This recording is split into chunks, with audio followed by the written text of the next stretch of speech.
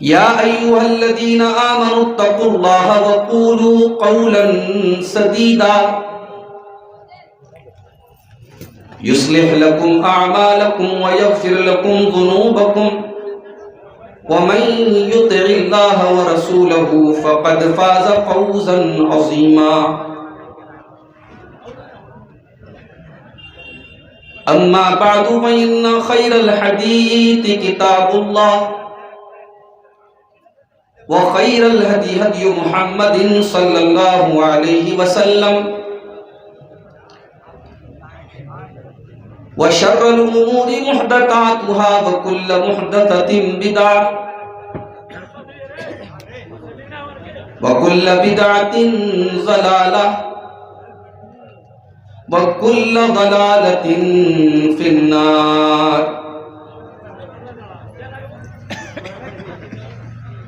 أعوذ بالله من الشيطان الرجيم. بسم الله الرحمن الرحيم.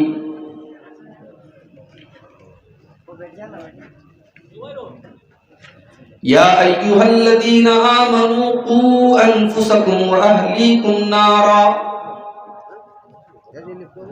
وقودها الناس والحجارة عليها ملائكة غلاظ شداد لا يعصون الله ما أمرهم ويفعلون ما يؤمرون. وقال النبي صلى الله عليه وسلم كلكم راع وكلكم مسؤول عن رعيته متفق عليه.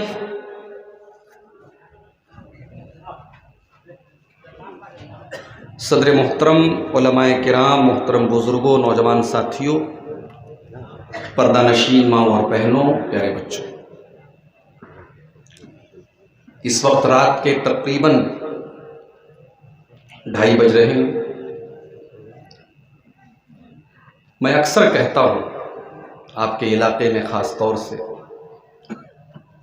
کہ اب وقت بدل رہا ہے، اب پروگراموں کا طریقہ بدلیے. وہ دن اب ختم ہو گئے کہ لوگوں کے پاس سواریاں نہیں تھیں، عورتیں پریشان رہتی تھیں رات میں کہاں جائیں گی، سواری نہیں ہے، فجر تک روکنا لوگوں کو مجبوری تھی. اب وہ سب مجبوریاں نہیں ہیں لوگوں کے پاس. اب زیادہ تر لوگ اپنی سواری سے آتے ہیں، اور یہ رات بھر کا پروگرام یہ شرعی اعتبار سے بھی مناسب نہیں ہے. میرے بھائی، فجر تک پروگرام چلتا ہے، کتنے لوگ ہیں فوراً نکل جاتے ہیں. رات بھر آپ اللہ اور اس کے رسول کی باتیں سنیں اور اس کے بعد آپ فجر کی نماز تک نہ پڑھیں، بہت بدنصیبی کی بات ہے. اور پھر رات بھر آپ اتنی تقریریں سن کر کے وہ باتیں آپ اپنے دماغ میں کیچ کیسے کریں؟ اس لیے میں اکثر کہتا ہوں ذمہ داروں سے کہ اس پر تھوڑا سا سیریس ہوئیے. علماء جو اس علاقے کے ہیں وہ تھوڑی محنت کریں. آپ ممبئی جا کر کے دیکھیں، سارے پروگرام 10 بجے تک ختم ہیں، کیونکہ وہاں گورنمنٹ کی طرف سے مجبوری ہے، پرشاسن کی طرف سے مجبوری ہے. 10 بجے کے بعد پرمیشن ہی نہیں ہے، ان کو ہر حال میں پروگرام 10 بجے تک ختم کرنا ہے. مغرب بعد پروگرام شروع ہوا 7 بجے 10 بجے تک ختم. یہ ہندوستان میں صرف 3 اسٹیٹ ایسے ہیں جہاں صاحب مغرب بعد سے لے کر کے فجر تک پروگرام چل رہا ہے. بلکہ کبھی کبھی تو فجر کے بعد بھی بیچارہ کوئی رہے نہ رہے ایک آدمی کھڑا ہو کر کے نعت سنا رہا ہے، دوہا سنا رہا ہے، برہا سنا رہا ہے. یہ میرے بھائی ظلم ہے انسان کے اوپر. اب میں آ رہا ہوں، عورتیں جا رہی ہیں، کتنی عورتیں نکل رہی ہیں. اب مجھے بہت ساری باتیں عورتوں کے متعلق کرنی ہیں. اب ظاہر بعد میں آدمی ریکارڈنگ سن لے وہ الگ بات ہے، پروگرام کے اندر ڈائریکٹ کوئی بات سننا اس کی ایک الگ بات ہوتی ہے. تو تھوڑا تھوڑا سبھی آگو آؤ، تھوڑا سا آگے آ جائیے آپ لوگ، اور مجلس کا سکون برقرار رکھیے. اللہ تعالی ہم سب کو کہنے سننے سے زیادہ عمل کی توفیق عطا فرمائے. یہ سب کیا پورا فاقہ پڑا ہوا ہے؟ اچھا یہاں بیٹھنے کی جگہ نہیں، جو لوگ ادھر پیچھے کھڑے ہیں ادھر جگہ ہے بیچ میں، وہاں بیٹھ جائیں. کھڑے مت رہیے، بیٹھ کر کے آرام سے سنیں. میرے بھائیوں، آج میں جس موضوع پر آپ کے سامنے کچھ خطاب کرنا چاہتا ہوں بڑا ہی اہم موضوع ہے اور ہم میں سے ہر انسان سے اس کا سمبند ہے، ریلیشن ہے، کیونکہ ہم میں سے ہر شخص، ہر انسان کسی نہ کسی گھر میں رہتا ہے.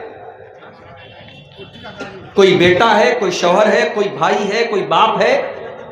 ہم ایک پریوار کے سدسیہ ہیں، ایک فیملی کے ممبر ہیں، ہم ایک گھر میں رہتے ہیں.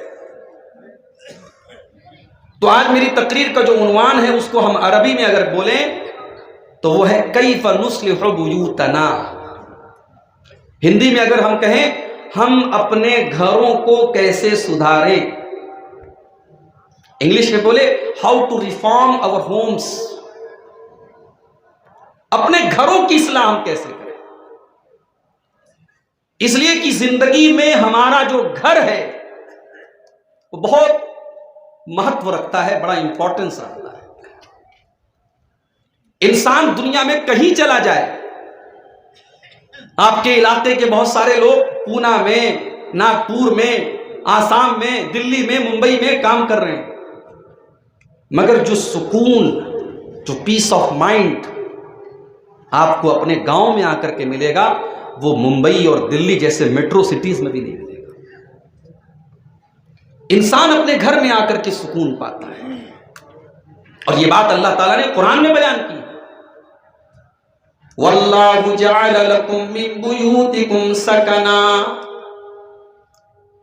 اللہ تبارک و تعالیٰ نے تمہارے گھروں میں تمہارا سکون رکھا ہے، تمہارا اطمینان رکھا ہے، تمہاری شانتی رکھی ہے. انسان سے اس کے گھر کو چھین لیا جائے، اس سے بڑا عذاب کوئی نہیں ہو سکتا. اس کے گھروں سے نکال دیا جائے، اس سے بڑا عذاب کوئی نہیں ہو سکتا. اسی لیے جب یہودیوں نے مسلمانوں کے ساتھ غداری کی اور یہودیوں کو ان کے گھروں سے نکالا گیا تو اللہ نے قرآن کے 28ویں پارے میں فرمایا هُوَ الَّذِي أَخْرَجَ الَّذِينَ كَفَرُوا مِنْ أَهْلِ الْكِتَابِ مِنْ دِيَارِهِمْ. اے نبی، اللہ تو وہ ہے جس نے ان یہودیوں کو، ان اہل کتاب کو ان کے گھروں سے نکالا ہے. یخربون بیوتہم بأیدیہم وأیدی المؤمنین. اللہ کا عذاب ان کے اوپر ایسا آیا کہ وہ اپنے ہی گھروں کو اپنے ہاتھوں سے برباد کر رہے تھے، اپنے ہی گھروں کو توڑ رہے تھے. جب یہودی گھر سے نکل رہے تھے اپنے گھروں کو توڑ رہے تھے تاکہ ہمارے بعد کوئی رہنے کے لائق اس میں نہ بچے. اللہ نے کہا یہ بہت بڑا عذاب تھا ہمارے اوپر کہ اپنے گھروں کو تم خود توڑ رہے تھے. تو انسان کی زندگی میں گھر بہت اہمیت رکھتا ہے. اور یہاں ایک بات نوٹ کر لیجیے، جب ہم گھر بولتے ہیں، گھر کا مطلب کوئی بلڈنگ نہیں ہے، کوئی عمارت نہیں ہے. جہاں ماربل بچھا ہو وہ گھر ہے، جہاں بہترین عالی شان بلڈنگ بنی ہو وہ گھر ہے، جہاں اے سی لگا ہو وہ گھر ہے. نہیں، گھر ایک کچا مٹی کا کچا سا مکان بھی گھر ہو سکتا ہے، ایک معمولی سی جھوپڑی بھی گھر ہو سکتی ہے. لیکن گھر اس کو بولتے ہیں جہاں ماں کا پیار ہو، جہاں باپ کی محبت ہو، جہاں بچوں کی شرارتیں ہوں، جہاں ساس بہو کی تھوڑی بہت نوک جھونک ہو، جہاں بھائی بھائی میں میل محبت بھی ہو، کبھی غصہ بھی ہو، کبھی ناراضگی بھی ہو، جہاں کبھی کڑواہٹیں بھی ہو، کبھی مٹھاس بھی ہو، کبھی نرمی بھی ہو، کبھی گرمی بھی ہو. ان تمام چیزوں کا مکسچر یہ گھر کہلاتا ہے. اور آج ہم اسی گھر کی اصلاح کے تعلق سے کچھ باتیں آپ کے سامنے رکھیں گے. ہم کیوں گھر کی اصلاح کی بات کر رہے ہیں؟ کیونکہ اللہ نے قرآن میں ہمیں اپنے گھر والوں کی اصلاح کا حکم دیا ہے. جو آیت کریمہ میں نے آپ کے سامنے پڑھی ہے 28ویں پارے کی سورہ تحریم کی آیت نمبر 6، اس آیت میں اللہ تعالیٰ نے ہمیں اور آپ کو اپنی فیملی اور اپنے گھر کی اصلاح کرنے کا حکم دیا ہے. یا ایھا الذین آمنوا قوا انفسکم واہلیکم نارا. اے ایمان والو، تم اپنے آپ کو بھی جہنم کی آگ سے بچاؤ اور اپنے گھر والوں کو بھی جہنم کی آگ سے بچاؤ. اپنے اہل و عیال کو، اپنی فیملی کو، اپنے پریوار کو بھی جہنم کی آگ سے بچاؤ۔ جہنم کی آگ کیسی ہوگی؟ فرمایا وقودها الناس والحجارہ، جہنم کی آگ کا ایندھن انسان اور پتھر ہوں گے، لکڑی نہیں ہوگی، کوئلہ نہ ہوگا، ڈیزل نہ ہوگا، پیٹرول نہ ہوگا۔ جہنم کی آگ اگر جلے گی تو انسانوں سے جلے گی، پتھروں سے جلے گی۔ دنیا میں انسان جیل سے چھوٹ بھی سکتا ہے، دنیا میں جیلر کو رشوتیں بھی دی جا سکتی ہیں، دنیا میں جیل کے ادھیکاریوں کی آنکھوں میں دھول جھونک کر کے مجرم بھاگ جاتے ہیں۔ اللہ کی جو جیل ہوگی، جو جہنم کی آگ ہوگی، اللہ نے فرمایا اس جیل کے جیلر بھی بڑے خطرناک ہوں گے۔ علیہا ملائکۃ غلاظ شداد لا یعصون اللہ، اللہ کی جہنم کے جو جیلر ہوں گے، اس کی جہنم کے جو داروغہ ہوں گے، اللہ نے فرمایا وہ بڑے سخت ہوں گے، وہ بہت سخت ہوں گے، وہ کسی کے ساتھ کوئی نرمی نہ برتیں گے، وہ کسی کے ساتھ کوئی پریم اور محبت کا برتاؤ نہیں کریں گے، وہ تو وہی کریں گے جو اللہ ان کو حکم دے گا، وہ اللہ کے کسی حکم کی نافرمانی نہیں کریں گے۔ اور کسی صرف اپنے آپ کو نہیں بچانا ہے جہنم کی آگ سے۔ ہم تہجد پڑھ لیں، ہم رمضان کے 30 دن تراویح کی نماز پڑھ لیں، آخری عشرے میں 10 دن کا اعتکاف بھی کر لیں، حج بیت اللہ بھی کر لیں، عمرہ بھی کر لیں، ہم روزہ نماز کے پابند بھی ہو جائیں، قرآن کی تلاوت خوب کریں، ہم اپنے آپ کو جہنم کی آگ سے بچا لیں، اللہ نے فرمایا کہ یہ کافی نہیں ہے، یہ کافی نہیں ہے، اپنے ساتھ ساتھ اپنے پریوار کو بھی جہنم کی آگ سے بچاؤ۔ انسان اپنے پریوار سے محبت کرتا ہے، انسان اپنی فیملی سے پیار کرتا ہے، کہیں گھومنے جاتا ہے، کہیں ٹہلنے جاتا ہے، کچھ کھاتا ہے، اپنے پریوار کو بھی شامل کرتا ہے۔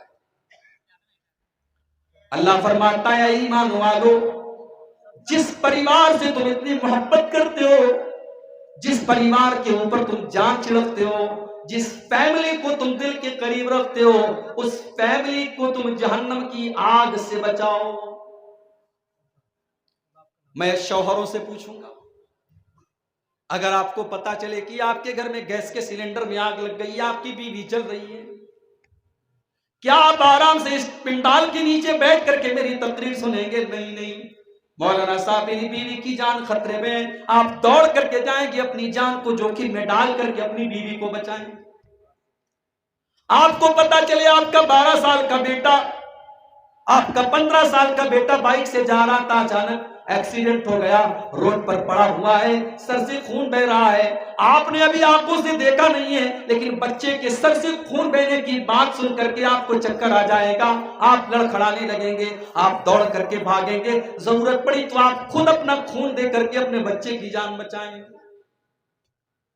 ماں کو پتا چلے میرے 4 سال کے بچے کی انگلی کسی چیز سے کٹ گئی ہے، اس کی انگلی آگ سے جل گئی ہے، اس کی ذرا سی انگلی آگ سے جل جائے یا کسی چیز سے کٹ جائے، ماں کی آنکھوں سے آنسو آ جائیں گے، ماں اپنے بچے کو فوراً اس کا کوئی دوا علاج کرے گی، اس کو بچائے گی، اس کی تکلیف کو کم کرے گی۔ اللہ نے فرمایا قُوا أَنفُسَكُمْ وَأَهْلِيكُمْ نَارًا، اے ایمان والو اپنے آپ کو اور اپنے گھر والوں کو جہنم کی آگ سے بچاؤ۔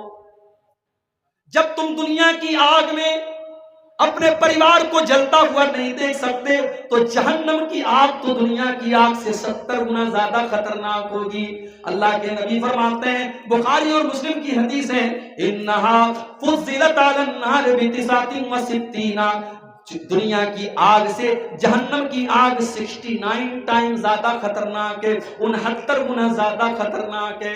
صحابہ نے کہا اللہ کے نبی جلانے کے لیے تو دنیا کی آگ کافی ہے، لیکن آپ نے فرمایا نہیں، دنیا کی آگ سے 70 گنا زیادہ خطرناک جہنم کی آگ اتنی گہری ہوگی کہ پتھر کے گرنے کی آواز سنی جناب محمد رسول اللہ نے۔ صحابہ سے پوچھا کہ جانتے ہو یہ آواز کیسی ہے؟ صحابہ نے کہا نہیں ہے اللہ کے نبی، ہمیں نہیں معلوم، اللہ اور اس کے رسول زیادہ بہتر جانتے ہیں۔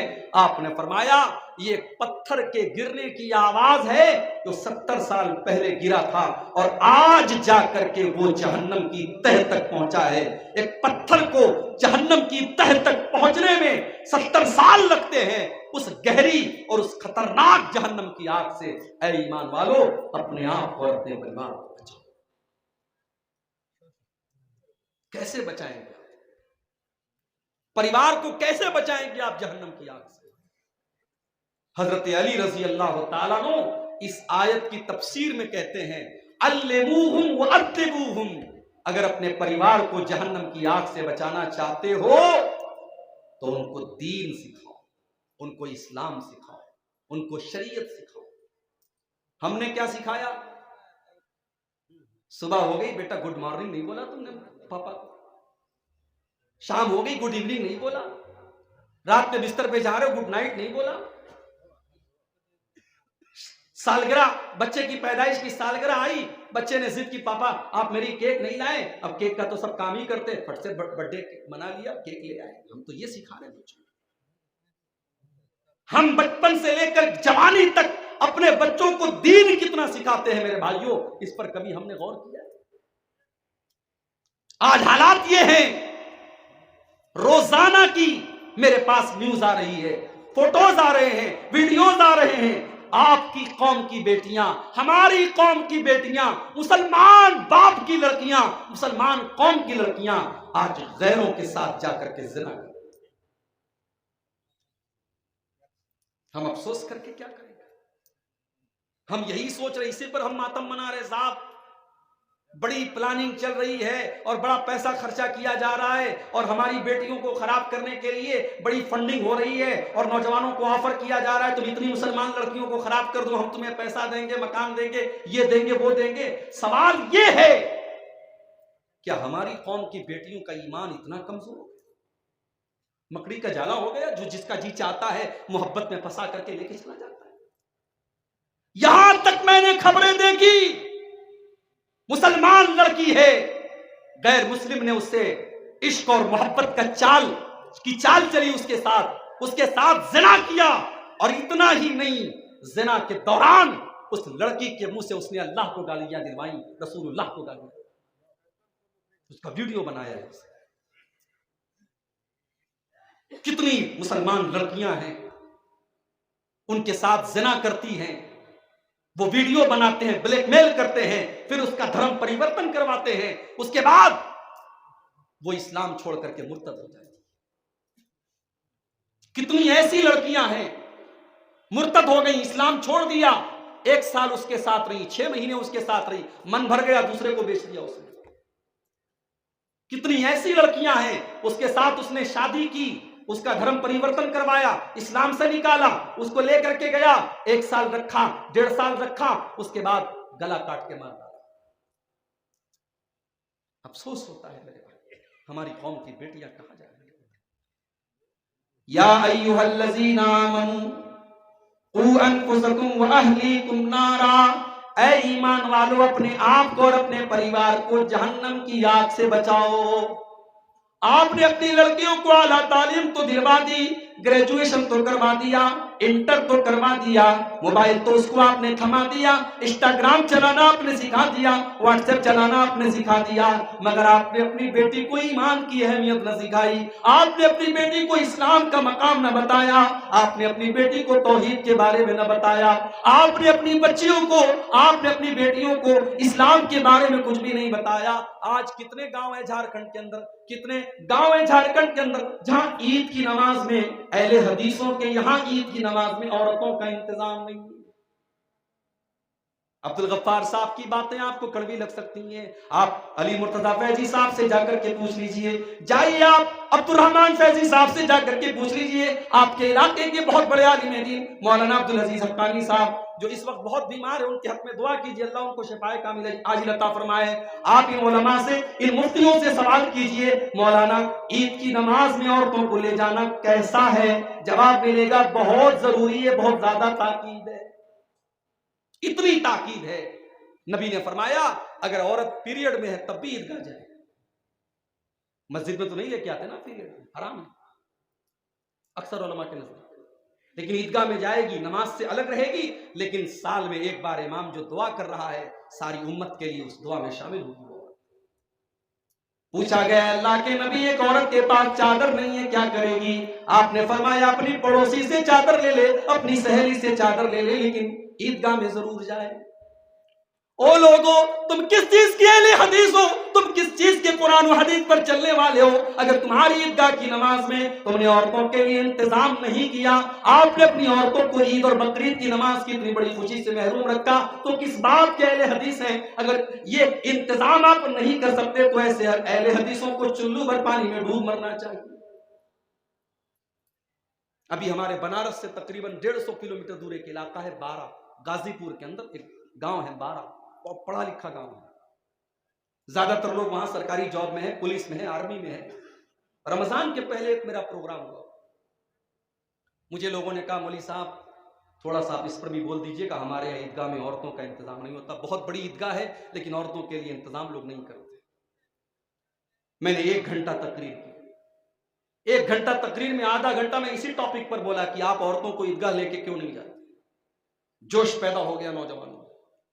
تقریر ختم کر کے اترا، نوجوانوں نے کہا مولوی صاحب آپ نے بہت اچھا بولا، اب ہم محنت کریں گے انشاءاللہ اس بار عید کی نماز ہمارے یہاں عورتیں بھی پڑھیں گے. رمضان میں ساؤتھ میں گیا تھا، آندھرا پردیش میں تھا، میرے پاس کال آیا مولوی صاحب ہمارے یہاں کمیٹی کے لوگ تیار ہو گئے ہیں، عید کی نماز ہوگی مگر نوجوانوں نے کنڈیشن رکھ دی عبدالغفار صاحب پڑھائیں گے تب ہم پڑھیں. میں نے کہا بھائی مجھے میری گردن کیوں پھنسا رہے ہو بھائی، مجھے بھائی بہنوں کے ساتھ پڑھنے دو، ماں باپ کے ساتھ پڑھنے دو. نہیں مولوی صاحب آپ پڑھائیں گے تب ہم پڑھیں گے. بڑا برا پھنس گیا. میں گھر میں مشورہ کیا، دوستوں سے مشورہ کیا، لوگوں نے کہا اگر آپ کے جانے سے، ایک زمانے سے وہاں عورتیں نماز نہیں پڑھ رہی ہیں، اگر آپ کے جانے سے پڑھ لیتی ہیں، جب تک پڑھتی رہیں گی آپ کو ثواب ملتا رہے گا، آپ چلے جائیں. میں تیار ہو گیا. میں نے کہا ٹھیک ہے صاحب میں آؤں گا. 1 ہفتے کے بعد میسج آیا مولوی صاحب ہمارے یہاں کے بوڑھے لوگ تیار نہیں ہو رہے ہیں. انہوں نے کہا نہیں، جو کام کبھی نہیں ہوتا آیا ہے ہم نہیں ہونے دیں گے. میرے بزرگوں مجھے یہ کہنے کی اجازت دیجئے کہ کہیں کہیں آپ کی وجہ سے بھی معاملہ خراب ہے. کہیں کہیں نوجوان جب صحیح راستے پر چلتا ہے تو یہ بزرگ بجائے اس کے حوصلہ افزائی کرنے کے اس کے راستے کا روڑا بن جاتے ہیں، اور یہ بزرگ کہتے ہیں صاحب یہ کام ہمارے زمانے میں کبھی نہیں ہوا. ضروری نہیں ہے کہ آپ کے زمانے میں کوئی کام نہیں ہوا ہے تو وہ غلط تھا.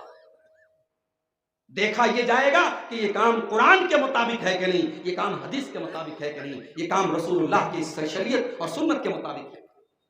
نہیں ہونے دی وہاں عورتوں کی نماز. لوگوں نے معذرت کر لی، نوجوانوں نے کہا کہ ہم بوڑھوں سے بزرگوں سے ہم پنگا نہیں لے سکتے، ہمارے یہاں کے سارے بزرگ اڑ گئے کہ نہیں صاحب ہم ہونے نہیں دیں. کتنی آپ کے اہل حدیثوں کی بستیاں ہیں عید کی نماز میں عورتوں کا انتظام. ایسا بھی نہیں کہ صاحب بڑے غریب لوگ ہیں، پیسے والے لوگ ہیں، کروڑ پتی لوگ ہیں، ہر دوسرے گھر میں 4 ویلر موجود ہے، مگر عیدگاہ میں عورتوں کے لیے ارینجمنٹ نہیں ہے. نہیں ہو رہا ہے، نہیں کر رہے.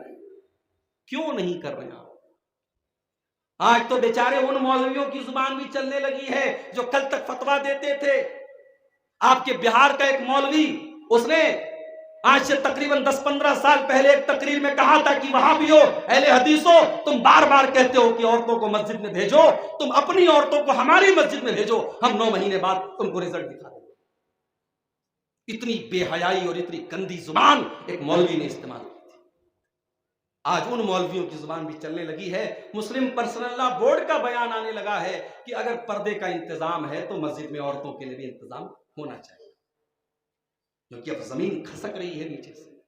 اب احساس ہو رہا ہے کہ اگر عورتیں مارکیٹ جا سکتی ہیں، شاپنگ مال جا سکتی ہیں، گھومنے پھرنے جا سکتی ہیں، تو پھر وہ مسجد میں کیوں نہیں جا سکتی ہیں؟ جمعہ کی نماز میں آدھا گھنٹے کی تقریر مولوی صاحب محنت سے تیار کر کے آتے ہیں، کیا اس آدھا گھنٹے کی تقریر کو مردوں کو ہی سننے کی ضرورت ہے کہ عورتوں کو سننے کی ضرورت نہیں ہے؟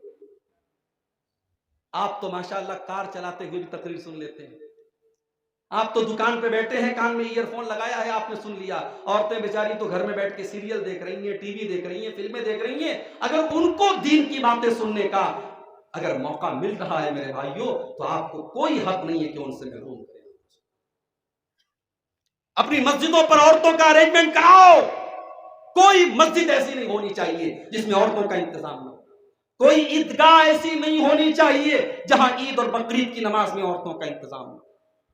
اگر بچانا ہے اپنی قوم کو لو ٹریپ سے، اگر بچانا ہے اپنی قوم کی بیٹیوں کو ارتداد کے فتنے سے، تو اپنی قوم کی بیٹیوں کو اسلام بتاؤ، اسلام سکھاؤ۔ اور کیسا اسلام سکھاؤ؟ ہمارے یہاں لڑکیوں کی تعلیم، دینی تعلیم کے نام پر کیا ہوتا ہے؟ مولوی صاحب کو بلا لیا، قرآن پڑھا دیا، ہو گیا۔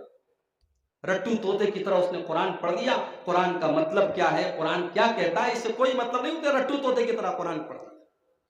دینی تعلیم سکھاؤ، کم سے کم اتنی تعلیم اپنی بیٹیوں کو دے دو، وہ اللہ تعالیٰ کی توحید کو سمجھ لیں، وہ اللہ کے رسول کی رسالت کو سمجھ لیں، وہ نماز کا طریقہ سمجھ لیں، وہ وضو کا طریقہ سمجھ لیں، وہ غسل کا طریقہ سمجھ لیں، وہ توحید کی اہمیت سمجھ لیں، وہ شرک کی خطرناکی سمجھ لیں، ان کو ایمان کی محبت ان کے دلوں میں پیدا ہو جائے، وہ کل مرنے کے بعد قبر کے اندر منکر نکیر کے سوالوں کا جواب دے دیں۔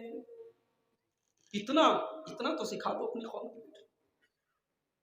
میرے پیارے بھائیوں، آج خون کے آنسو رونے کا جی چاہتا ہے جب ہم اس طریقے کی خبریں سنتے ہیں۔ ہماری قوم کی بیٹیاں آج غیروں کے ہاتھوں کھیل رہی ہیں، آج ان کے ہاتھوں زنا اور بدکاری کی لعنت میں گرفتار ہو رہی ہیں۔ اے میری قوم کی بیٹیوں، تم تو سمیہ کی وارث ہو، تم تو فاطمہ کی وارث ہو، تم تو مریم کی وارث ہو۔ تم نے تو تاریخ میں ان عورتوں کے واقعات پڑھے ہیں جنہوں نے اپنی جان دے دی مگر ایمان کا سمجھوتا نہیں کیا۔